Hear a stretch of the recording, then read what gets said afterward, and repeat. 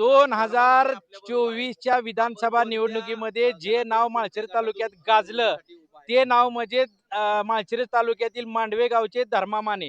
धर्मा माने स्वतः आपल्या बरोबर आहेत. आपण त्यांच्याशी चर्चा करणार आहोत. एकंदरीतपणे मांडवे जिल्हा परिषद गटातून त्यांनी त्यांचा उमेदवारी अर्ज भरलेला आहे. धर्मा माने हे अत्यंत प्रसिद्ध असणारे नाव आहे आणि तुम्ही मांडवे जिल्हा परिषद गटातून उमेदवारी अर्ज भरलेला आहे. पहिली प्रतिक्रिया काय तुमची? मांडवे जिल्हा परिषद गटातून भारतीय जनता पार्टीच्या वतीने मला उमेदवारी मिळाली, हीच मोठं भाग्य आहे माझं.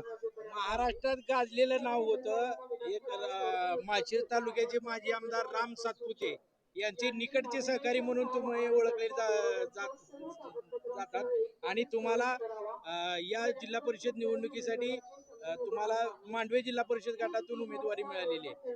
काय सांगाल निवडणुकीची तयारी कशी आहे? काय निवडून याचाल किती मताधिक्य राहील?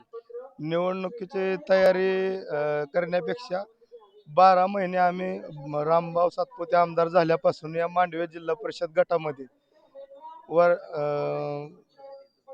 अगदी तळागाळापर्यंत लोकांच्या ऑपरेशन पासून, लाईट पासून, अगदी वरच्या टोकापासून खालच्या टोकापर्यंत आम्ही विकासाच्या दृष्टिकोनानं रामभाऊंच्या पाठीशी आणि रामभाऊंनी केलेला आहे.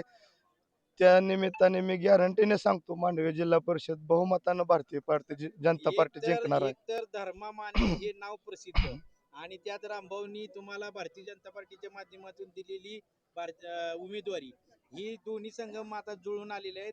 एकंदरीतपणे तुमची भूमिका काय असणार आहे? तुमचं त्या जिल्हा परिषद गटात विजन काय असणार आहे? विकासाचं विजन काय असणार आहे? मांडवे जिल्हा परिषद गट असा आहे की पूर्वीपासून प्रस्थापितांना विरोध करणारा भाग आहे तो, आणि प्रस्थापितांनी ते विकासापासून पूर्ण वंचित ठेवला होता.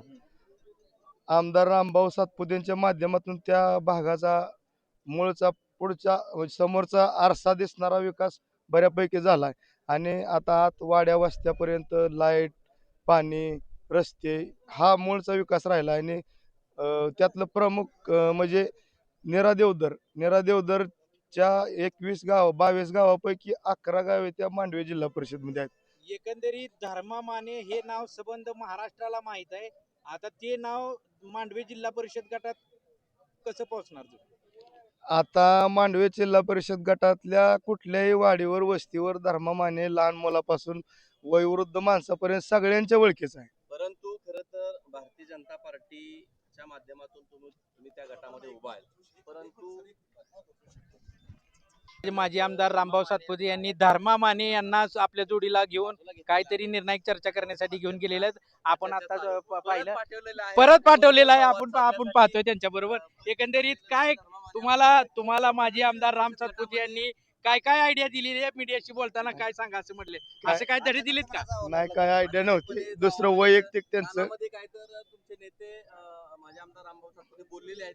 खरं तर तुम्ही काय सूचना केल्या त्यांनी? नेमकं काय धडा दिला रामभाऊनी? नाही, काय ना धडा नाही. फॉर्म बद्दल जरा 2 मिनिटं बोलायचं त्यांना, म्हणून मला साईडला बोलले त्यांनी. मांडवे जिल्हा परिषद गटामध्ये भारतीय जनता पार्टीच्या माध्यमातून आपण प्रयत्न करत आहात, परंतु तिथल्या गटामध्ये काय विकासाची कामं राहिलेली आहेत आणि काय झालेले आहे? आताच तुम्ही उल्लेख केला की मीरा देवधरच्या 22 गावाचा जो प्रश्न आहे त्यामधील 11, खरं तर त्याच्यासाठी माळशिरस तालुक्याचे आमदार उत्तमराव जानकर यांनी सुद्धा यात्रा काढली होती. आणि एकूणच राहिलेली कामं, असं तुमचं विजन काय त्या गटामध्ये? त्या पाहण्यासाठी आम्ही रामभाऊंच्या, जयाभाऊंच्या आणि रणजितदादा निंबाळकर यांच्या माध्यमातून, जरी मी त्या पक्षाचा जिल्हा परिषद सदस्य होणार असलो तरी पण त्याच पक्षाची सत्ता आहे आणि आम्ही भरपूर पाठपुरावा करणार आहे भविष्यात, आणि ती 100% ती योजना यशस्वी करणार आहे. 11 गावांना मीरा देवधर योजनेचं पाणी कधी मिळेल? साधारण माझा अंदाज एक वर्ष 1.5 वर्षामध्ये 100% ती योजना पूर्ण होईल. नक्की. ओके, धन्यवाद. धन्यवाद. तर आणि शुभेच्छा तुम्हाला. आपल्या बरोबर होते संबंध महाराष्ट्रामध्ये अत्यंत गाजलेलं माळशिरस तालुक्यातलं नाव असलेले धर्मा माने, जे माळशिरस तालुक्याचे माजी आमदार रामभाऊ सातपुते यांचे निकटवर्ती समजले जातात.